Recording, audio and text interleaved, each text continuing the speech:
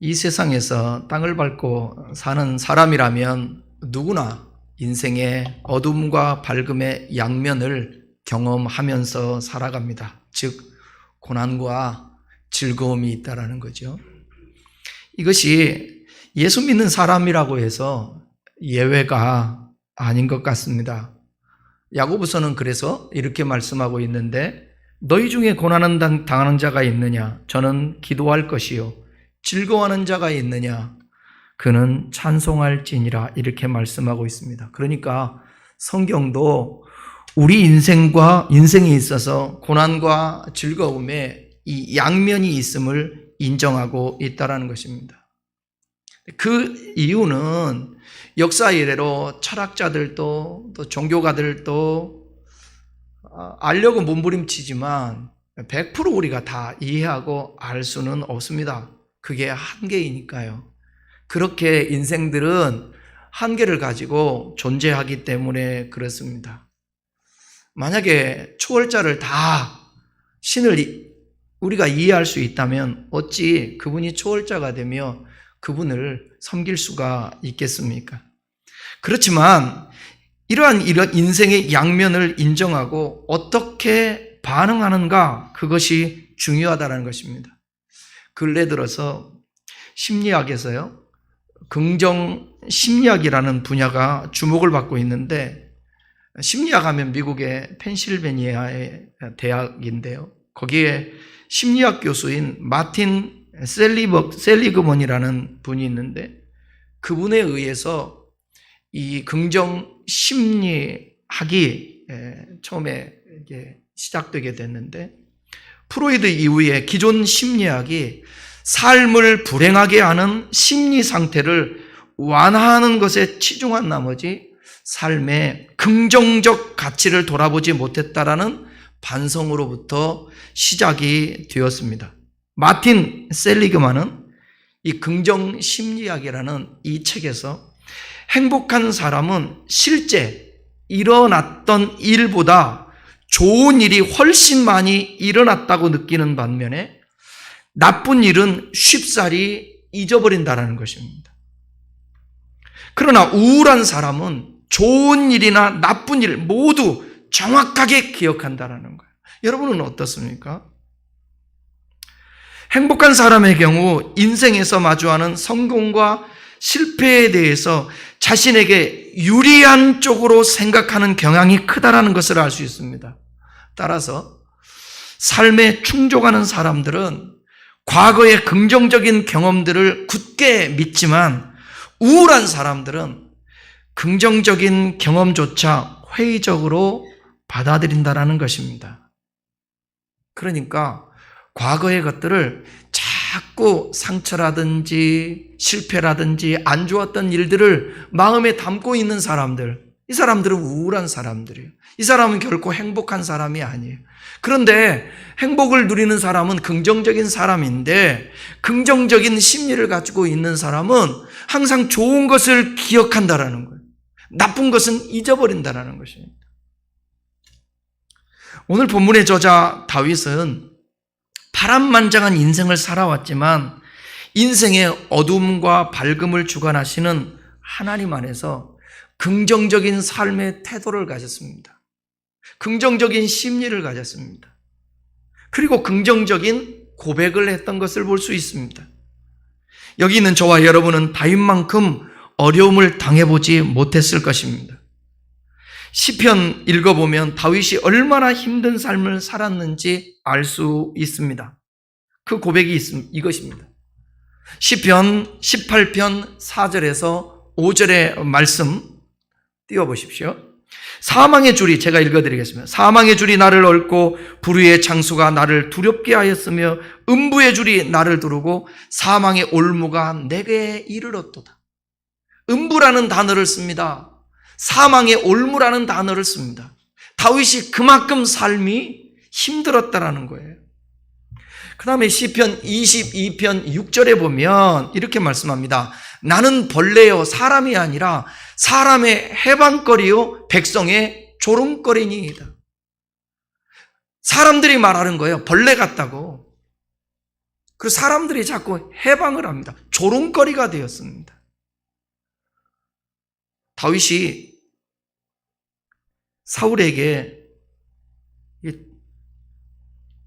다윗을 사울에게 밀고 하는 친족과 다윗을 대적하는 사람들의 비웃음거리를 지금 말씀하고 있는 것입니다. 또 시편 27편 2절 9절에서는 이렇게 말합니다. 아들 압살롬의 반란에 직면했을 때에 그가 고백했던 거예요. 악인들이 내 살을 먹으려고 내게로 왔으나 나의 대적들, 나의 원수들인 그들은 실족하여 넘어졌도다. 주의 얼굴을 내게서 숨기지 마시고 주의 종을 노하여 버리지 마소서. 주는 나의 도움이 되셨나이다. 나의 구원의 하나님이시여 나를 버리지 마시고 떠나지 마소서. 대적들이 많았습니다. 원수들이 많았습니다. 그래서 그 가운데 하나님은 전혀 역사하는 것 같은 기미가 없습니다. 그럴 때 고백합니다. 하나님 나를 버리지 말라고, 나를 떠나지 말라고. 다윗은 그 어려움 가운데서도 하나님과 관계를 멀리하지 않고 긍정적으로 반응했다라는 것입니다. 고통이 다가오는 것은 숙명적이지 않아요? 누구나 다 겪는 거 아니겠습니까? 그러나 그에게 대해서 반응하는 것은 우리의 선택이라는 것입니다.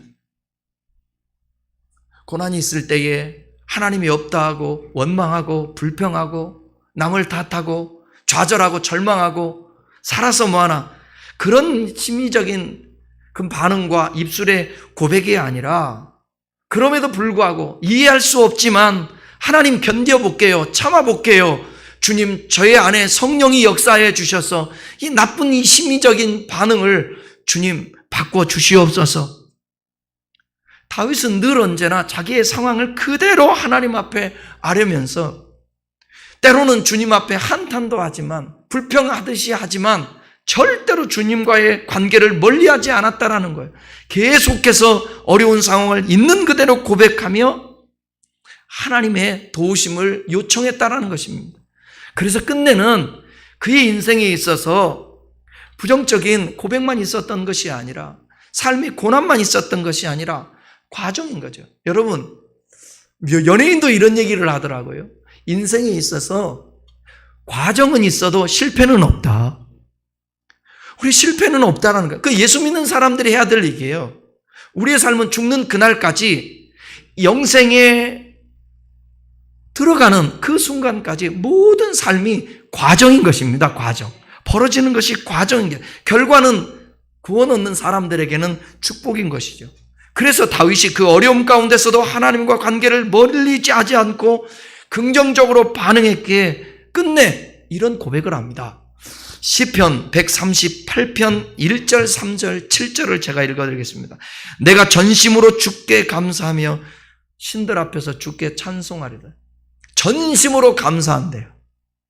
그 환난을 이겨낸 후에. 그리고 그 주께 찬송하겠다라는 것입니다. 또 말합니다. 내가 간구하는 날에 주께서 응답하시고 내 영혼에 힘을 주어 나를 강하게 하셨나이다. 비록 힘들고 어렵고 죽고 싶을 상황이 많았고 모든 사람들에게 배신을 당하고 혼자였을 때에 장인에게 쫓길 때에 자식이 모반을 해서 아버지를 쫓아냈을 때에 왕자리에서 그때에도 하나님이 나를 강하게 해주셔서 나를 인도해 주셨다는 거예요.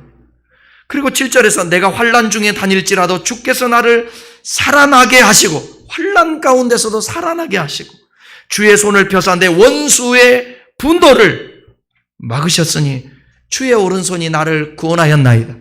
난 여러분들의 고백이 오늘 과거를 생각하면서 이 시점에서 그 고백하기를 바라고 앞으로 어떤 일을 만나도 마지막 코끝숨 끝나는 날에 여러분도 다윗처럼 이런 고백을 할 수 있는 긍정적인 신앙, 믿음이 될 수 있기를 바랍니다.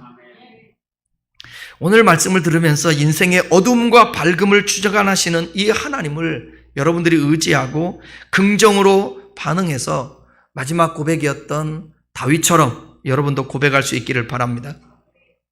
함께 읽은 이 시편 23편은 다윗에 의해서 지어진 것이 분명한데 언제 어떤 배경에서 지어졌는지는 확인되지 않습니다. 그러나 이 시의 전반에 나타나는 어떤 평화로운 분위기, 그것 때문에 학자들은 얘기합니다.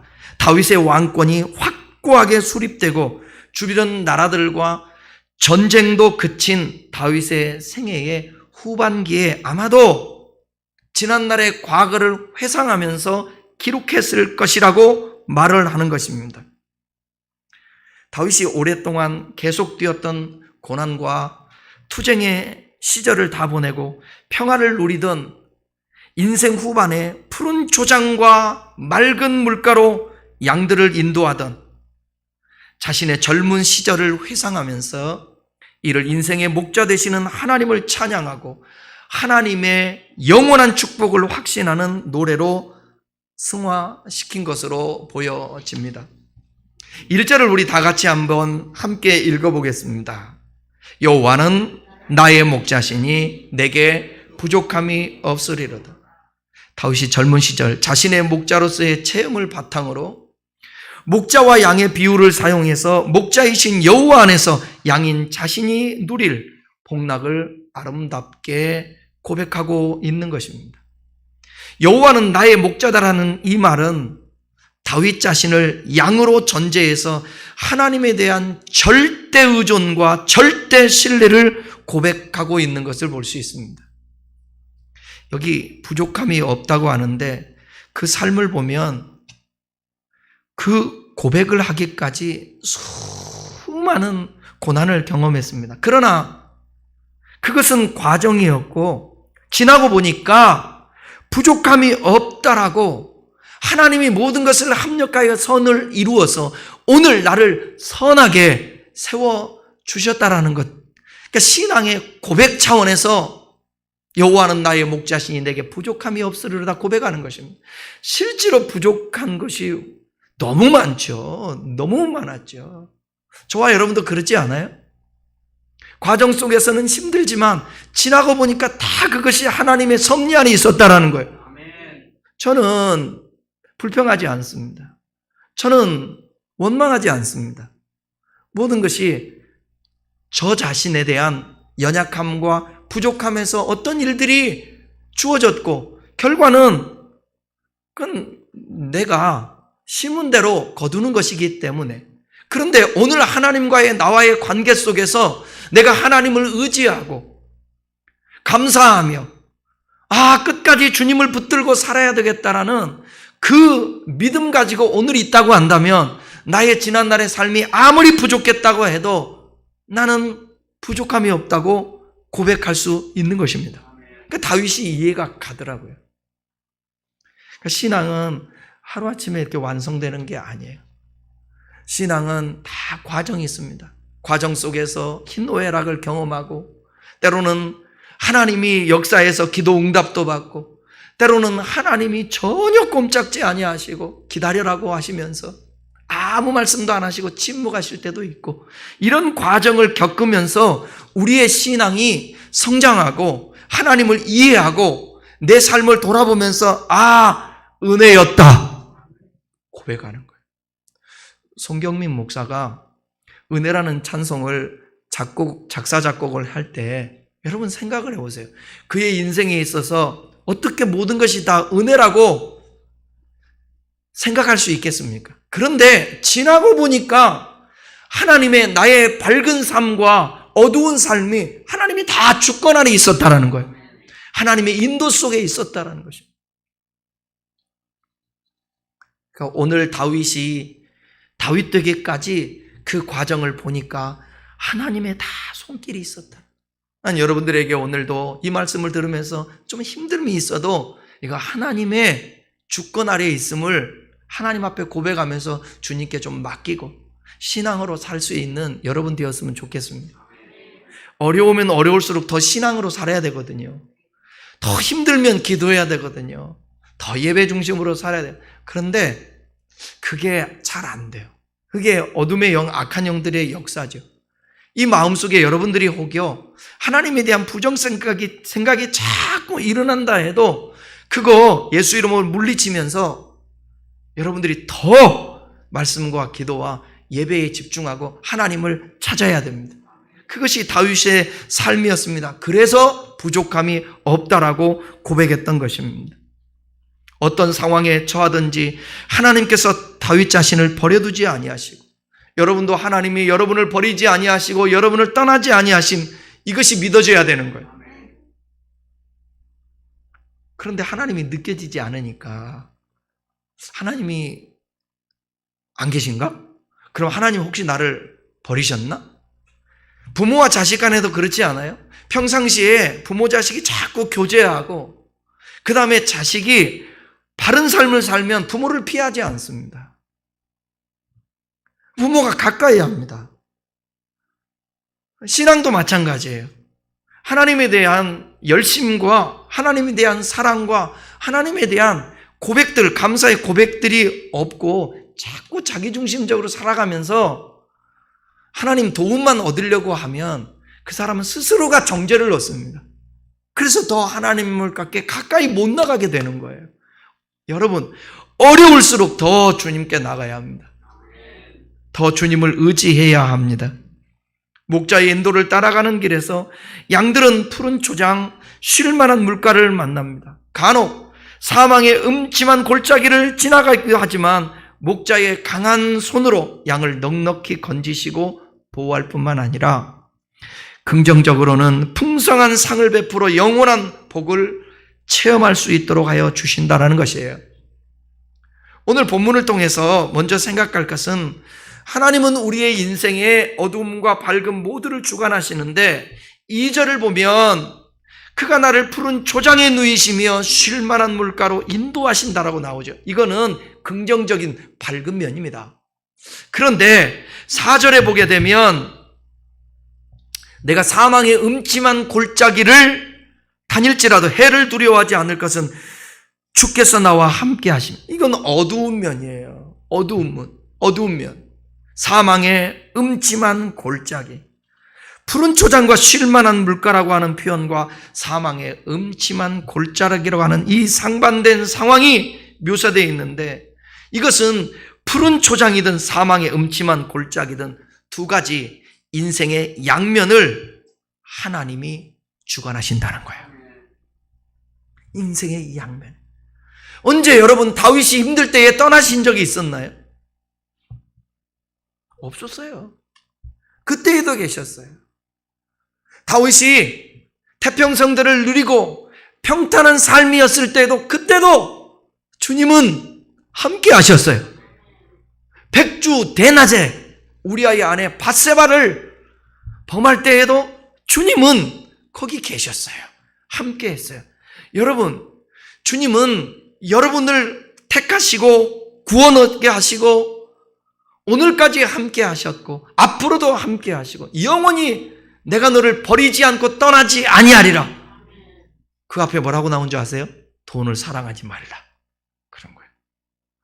이 말은 가장 이 세상에 으뜸이 되고 우상이 되는 그 돈보다 중요한 게 뭐냐? 너희들이 꼭 기억할 것, 그 추구하면서 사는 것들, 그거보다 더 중요한 건 뭐냐? 내가 너를 버리지 않고 내가 너를 떠나지 아니하리라. 이 히브리서 기자는 말하고 있는 것입니다. 그러니까 중요한 것은 어두운 면과 우리의 인생의 어두운 면과 밝은 면에서 어떻게 우리가 반응하는가, 그것이 중요해요. 나만이 문제 있는 것이 아니라 이 세상에 살아가는 모든 사람들은 다 문제를 안고 살아갑니다. 대부분 심리적이라든지 성공이라든지 건강이라든지 그 강의하는 사람들을, 강연하는 사람들 있잖아요. 그분들의 공통점이 뭐냐면 항상 부정적이지 않고 긍정적이라는 거예요. 신앙도 마찬가지예요. 긍정적이라는 게 그냥 하나님이 다 내가 원하는 대로 좋은 대로 해줄 거야, 이런 게 긍정이 아니라 나의 삶에 나에게 가장 옳고 유익하게 하나님께서 우리의 삶을 주관하셔서 인도하실 거라는 확신, 이게 긍정이라는 거죠. 기독교적인 긍정. 우리 각자의 인생에 푸른 초장도 있을 수 있고 사망의 음침한 골짜기도 있을 수 있습니다. 그때마다 우리가 어떻게 반응하는가 하는 것, 선택이라는 것, 이 가운데서도 다 달라요. 어떤 사람은 지금 쉴 만한 물가와 푸른 초장에 인도받고 있는 사람들도 있고, 어떤 사람은 마지못해서 이거 죽어야 되나 살아야 되나 사망의 음침한 골짜기를 걷는 삶이 있어요. 우리 개인 각자의 삶도 그렇지 않아요? 어떨 때는 숨이 막히고 죽을 것 같고 공황이 오고 차라리 죽는 것이 나아. 나는 못 살아. 이제는 포기할 거야. 그렇게 하고 어찌할 바 모를 때가 있는데 그것도 참고 견뎌내면 희낙 나가면서 웃는 날도 있지 않아요? 그러니까 내가 늘 얘기해요. 여러분이 주어진 환경을 믿지 말라고요. 여러분이 지금 주어지고 있는 환경과 여러분 안에 품어지는 감정을 절대로 믿지 말라는 거예요. 그것을 하나님의 말씀을 묵상하면서 무릇 지킬 만한 것보다 내 마음을 지키라. 생명이 그러니 이에서 나면이라. 환경을 바라보지 말고 누구를 바라봐야 되느냐? 주님을 바라보라는 거예요. 그러면 요동하지 않는 것입니다. 믿음이 아무리 있다고 고백해도 극적인 고통을 당할 때 어떻게 반응하는가를 보면 알고요. 그 다음에 잘 나갈 때, 내가 원하는 것을 성취할 때, 예를 들면 학교라든지 직장이라든지 취직을 하고 어떤 목적을 이루었을 때, 그 다음에 많은 소유를 가졌을 때, 그때 그 사람이 어떻게 반응하는가 보면 저 사람이 진짜 하나님과의 올바른 관계를 가지고 있는지 없는지 알 수 있다는 것입니다. 여러분, 늘 언제나 고난, 즐거움, 그거보다 더 중요한 것은 그 환경 속에서 내가 어떤 존재로 지금 반응하고 있는가 이겁니다. 여러분은 하나님 앞에 어떤 존재로 서 있습니까? 이거죠. 늘 언제나 코람데오, 하나님 앞에서. 사람을 대할 때 하나님 앞에서. 이 세상에 여러분 지금 차별 얘기하잖아요. 차별. 왜 차별하냐고. 성소수자가 차별을 당하고, 장애우들이 차별을 당하고, 없는 사람들이 차별을 당하고, 그 차별을 당하는 사람들이 또 차별을 당한다고 차별하는 사람을 또 공격을 하고 막 그래요. 이 세상에는 역차별의 일들도 되게 많이 벌어져요. 그러니까 우리는 입을 다물고 각자가 서로를 인정하면서 불평하지 말고 원망하지 말고 주어진 삶에서 건강하게 행복한 가정을 이루며 살아가는 거예요. 저는 이렇게 생각해요. 여러분과 생각이 다를 수는 있습니다. 꼭 맞지는 않지만 밖에 나가서 목사님들이 국회 앞에 나가가지고 그런 것도 필요하죠. 차별법 외치면서, 동성애 외치면서. 중요합니다. 그러나 저는 개인적으로 더 중요한 것은 뭐냐면 가정이 행복해야 된다는 거예요.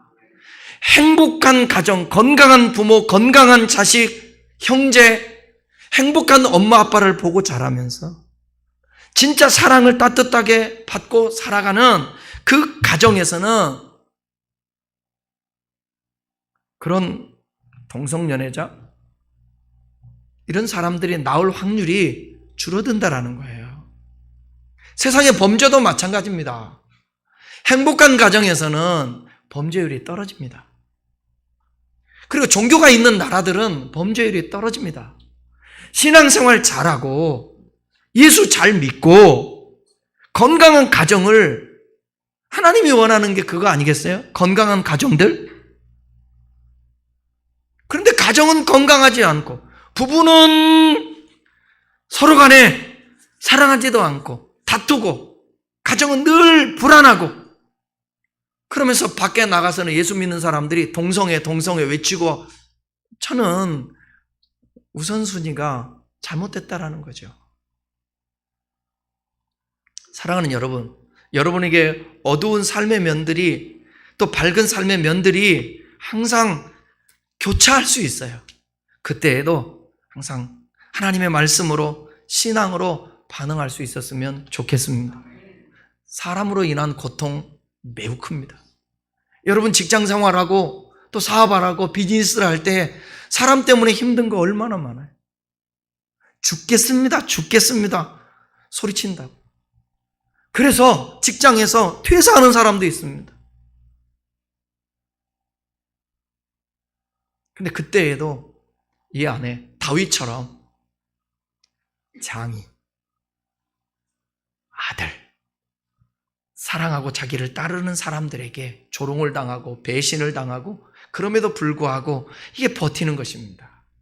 이게 신앙인 거예요. 두 번째 생각할 것은 하나님은 자기 백성의 삶에 일일이 간섭한다라는 거예요. 주권자이신 그 하나님이. 여러분 믿습니까? 하나님이 나의 삶에 일일이 간섭하신다라는 거 믿어요? 두 사람만 믿네. 안 믿어져요? 다시 물어볼게요. 대답 진짜 잘하셔야 돼. 거짓말하지 말고. 여러분의 삶에 하나님이 우리의 삶을 일일이 인도하신다라고 믿습니까? 시편 오늘 23편 3절 읽어보겠습니다.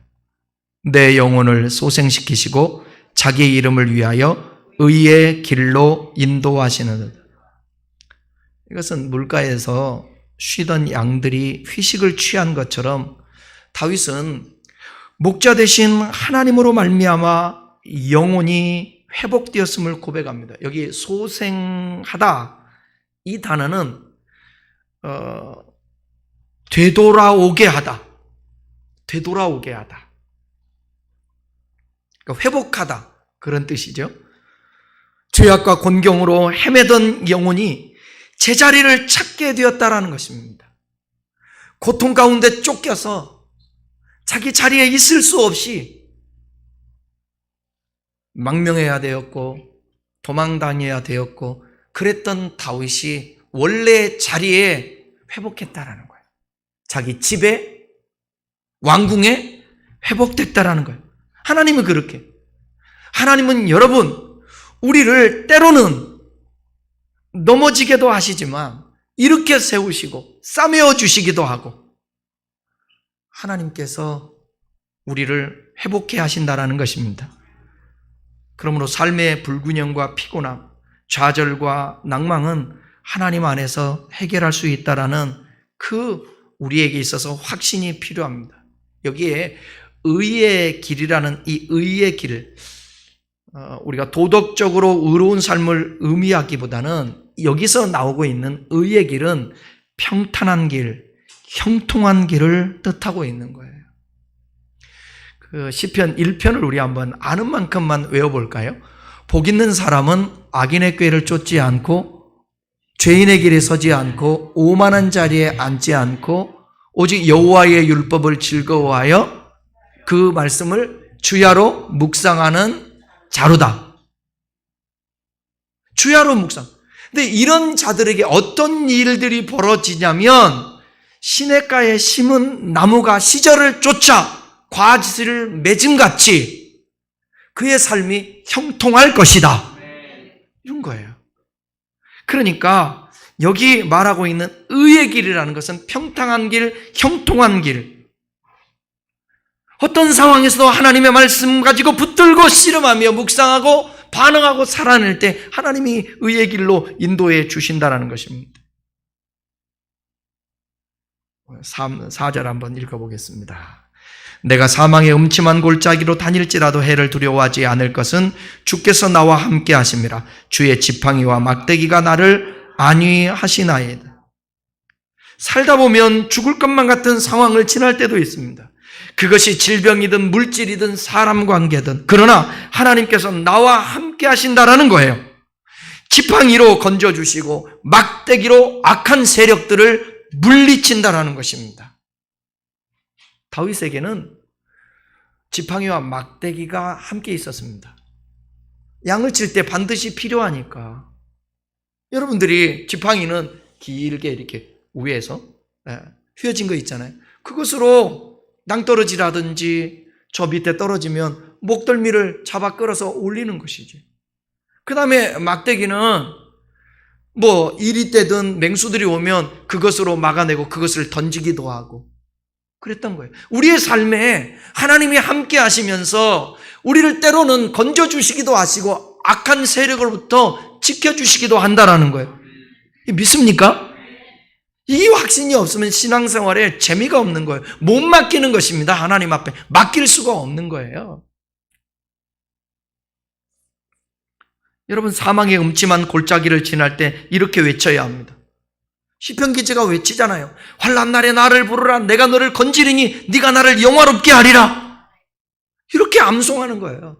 내 영혼아, 내가 어찌하여 낭망하며 속에서 불안하여 하는고 너는 하나님을 바라라. 그의 도우심으로 오히려 찬송케 되는 역사가 있을 것이다.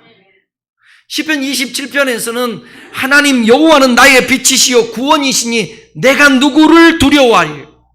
여호와는 내 생명의 능력이시니 내가 누구를 무서워하리요. 이렇게 고백을 해야 됩니다. 시편 55편에서는 이렇게 말을 합니다. 고백을 하죠. 내 짐을 여호와께 맡기라.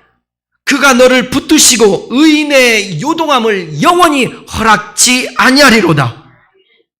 고백을 하면서 일일이 나의 삶에 간섭하시는 주권자 여호와 하나님을 찾아야 되는 거예요. 불평 나올 때에 그거를 바꾸세요. 앞에다가 하나님 자만 넣으면 기도가 돼요. 내 인생이 왜 이런지 모르겠다. 내가 이거 죽어야 되나 살아야 되나? 포기할까? 아이, 이제 그만 살아야지. 나 이제 당신하고 못 살아. 나 이제 회사 때려치고 그만둘 거야. 이럴 때 앞에다가 하나님 자만 붙이라고요. 하나님, 제 마음에 때려치고 싶습니다. 죽고 싶습니다. 그리고 마지막에 어떻게 해요? 도와주세요. 이 고백하라는 거예요. 나는 여러분들이 성경을 좀 가까이 했으면 좋겠어요. 매일 성경 하십니까? 저도 합니다. 저도 녹음도 하고 녹음한 것을 제가 듣기도 하고 그래요. 사랑하는 교회 여러분, 인생을 살아가면서 밝은 면과 어두운 면이 우리 앞에 있을 때에 그 앞에서 꼭 하나님을 기억하세요. 아, 나의 삶의 주권자 하나님이야. 그분이 나를 일일이 간섭하시고 일일이 인도하시고 도와주실 거야. 세 번째 생각할 것은 하나님은 우리에게 어둠에 있을 때에도 끝까지 희망을 주신다라는 것입니다. 5절을 한번 읽어보겠습니다. 주께서 내 원수의 목전에서 내게 상을 차려주시고 기름을 내 머리에 부으셨으니 내 잔이 넘치나이다. 4절에 사망의 음침한 골짜기에 어두워졌던 분위기가 이 5절에서 전환이 돼요. 4절의 좌절과 침체가 극복되고 소망의 고백을 하게 된다는 거예요.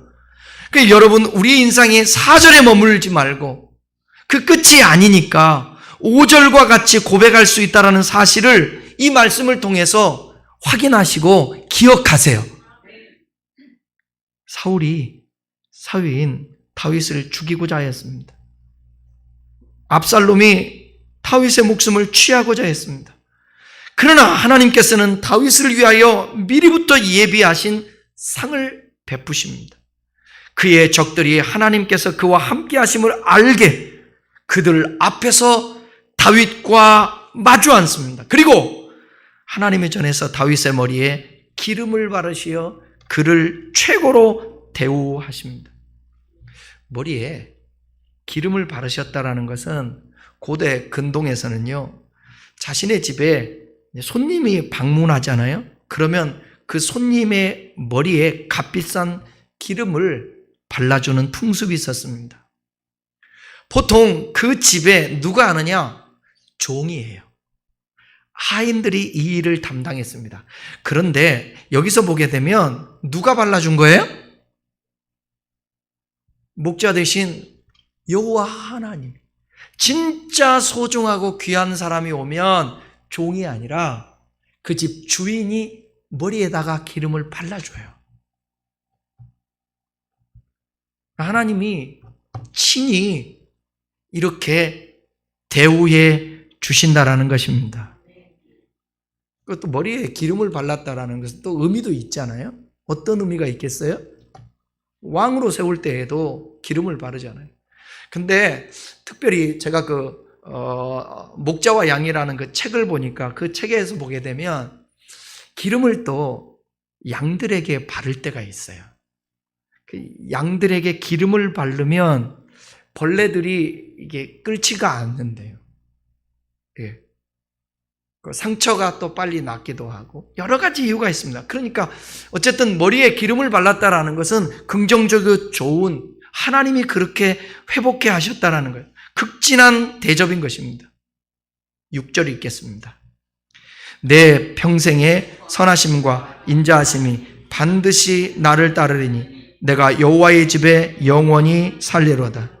시인이 미래의 어떠한 불안으로부터, 어떠한 그 고통으로부터도 자유할 수 있게 된다라는 그 고백 아니겠습니까?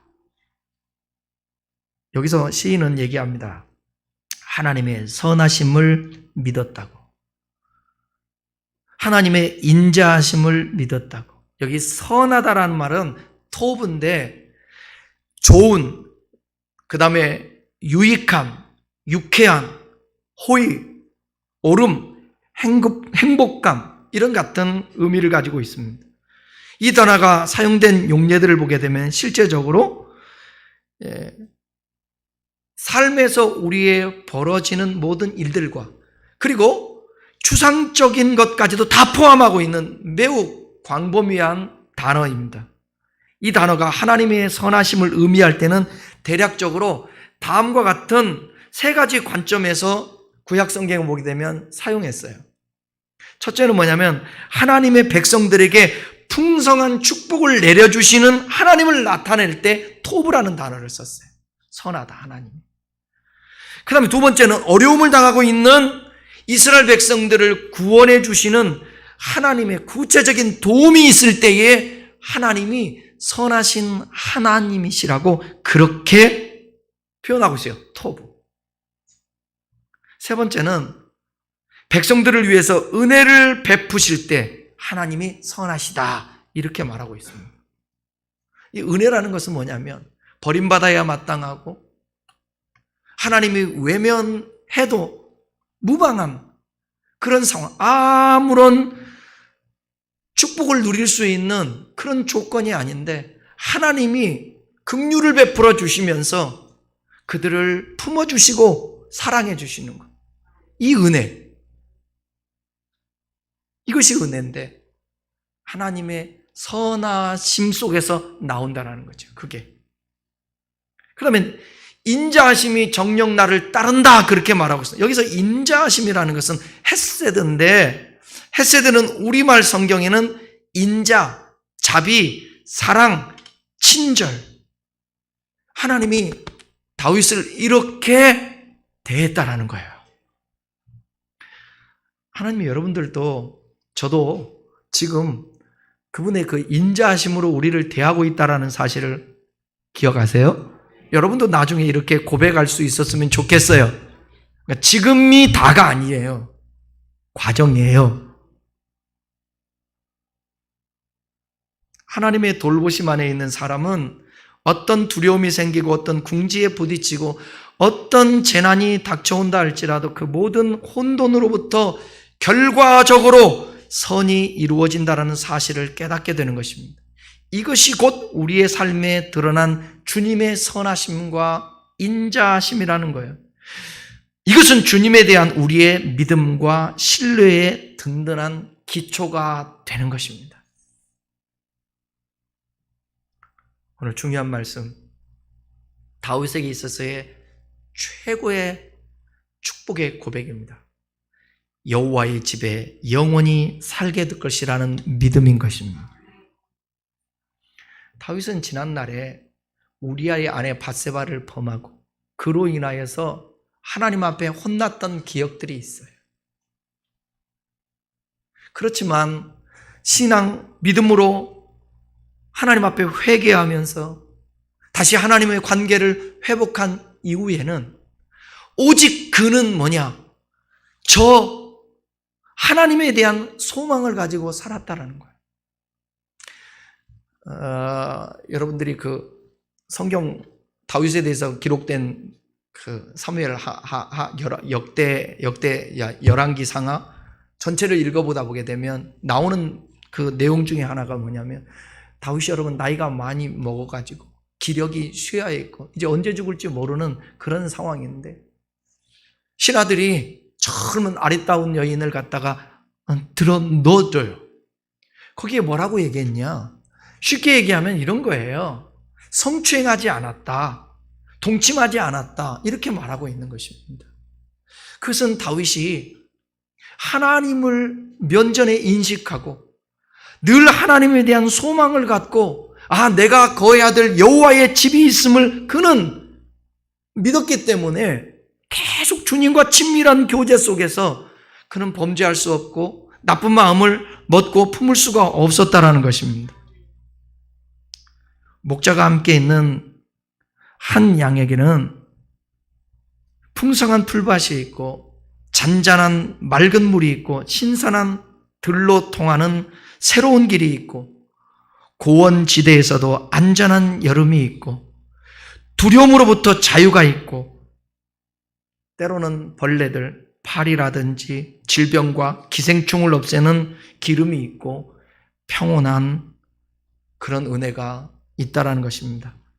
우리의 삶에도 마찬가지예요. 이런 과정을 이 땅에서도 밟고 살면서 순간적인 하나님의 나라를 경험하다가 영원한 하나님의 나라를 우리가, 하나님을 믿으니 또 나를 믿으라, 내 아버지 집에 거할 곳이 많도다.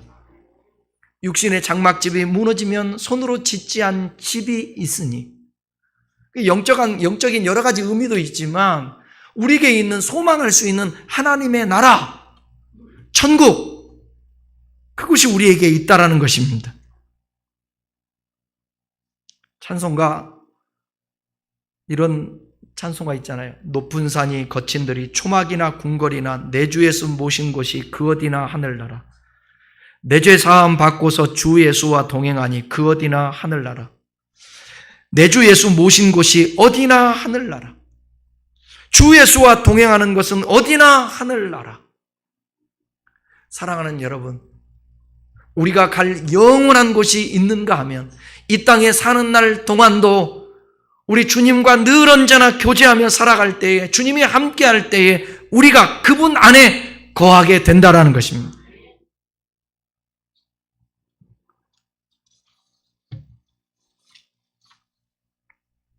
인생의 밤이 우리에게 있지만 돌아갈 집이 있다고 한다면 그것은 축복이라는 것입니다.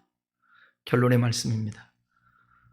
인생의 어두움과 밝음의 양면성 모두를 섭리하시고 주관하시기에 어떤 고난도 하나님의 축복의 통로가 된다라는 사실을 여러분 믿었으면 좋겠습니다. 그 선하신 목자 하나님이 우리의 삶의 절대적인 존재임을 깨달았으면 좋겠습니다. 그리고 하나님 안에서 희망을 간직함으로 이 절망 같은 어두움 세상에서 여러분들의 희망 지수를 높였으면 좋겠습니다.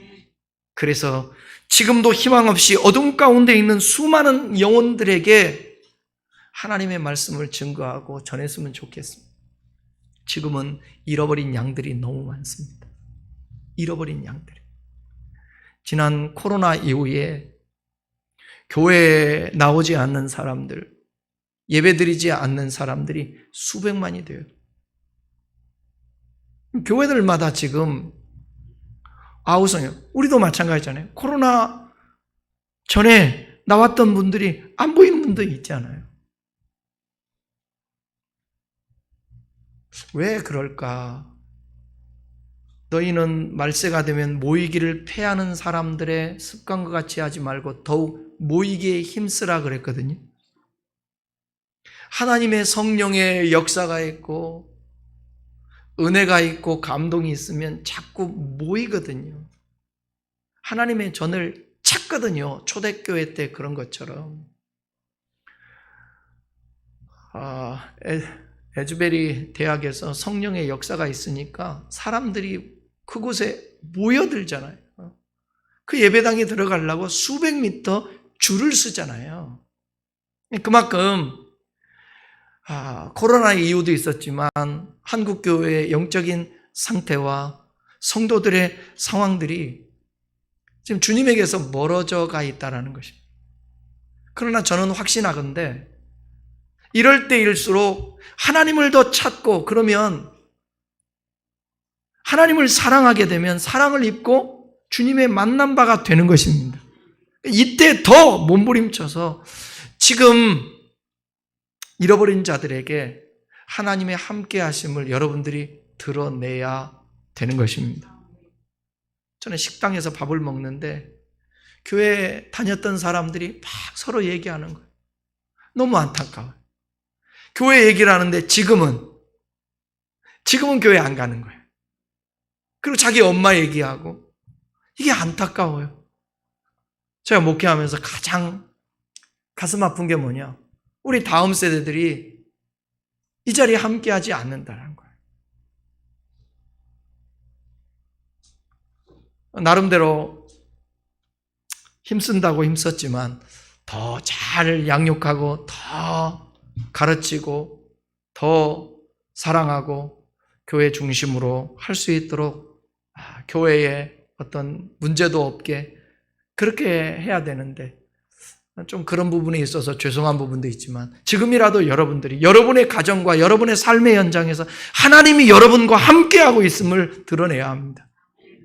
어렵다고 허둥대면서 불평하고 탄식하고 그런 모습 보이지 말고, 그 어려움 속에서도 굳건히 일어나는 모습 보일 때에 여러분들에게 나오미가 일어나서 베들레헴 고향 땅으로 갈 때에 룻이라는 며느리가 그 모습을 보고 따라가지 않습니까?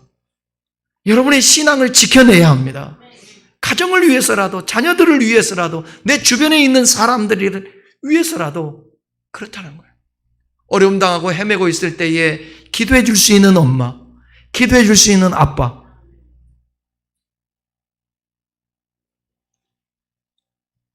희망 없는 이 땅에 수많은 사람들에게 여러분들이 인생의 어둠과 이 인생의 밝음의 이 양면 속에서 하나님을 붙들고 마지막 승리하며 다윗과 같은 이 고백을 해서 아마 인류 역사상 가장 많은 사람들에게 구약 성경에서 암송되어지고 집에 가면 붙어있는 성경이 20편, 23편일 것입니다.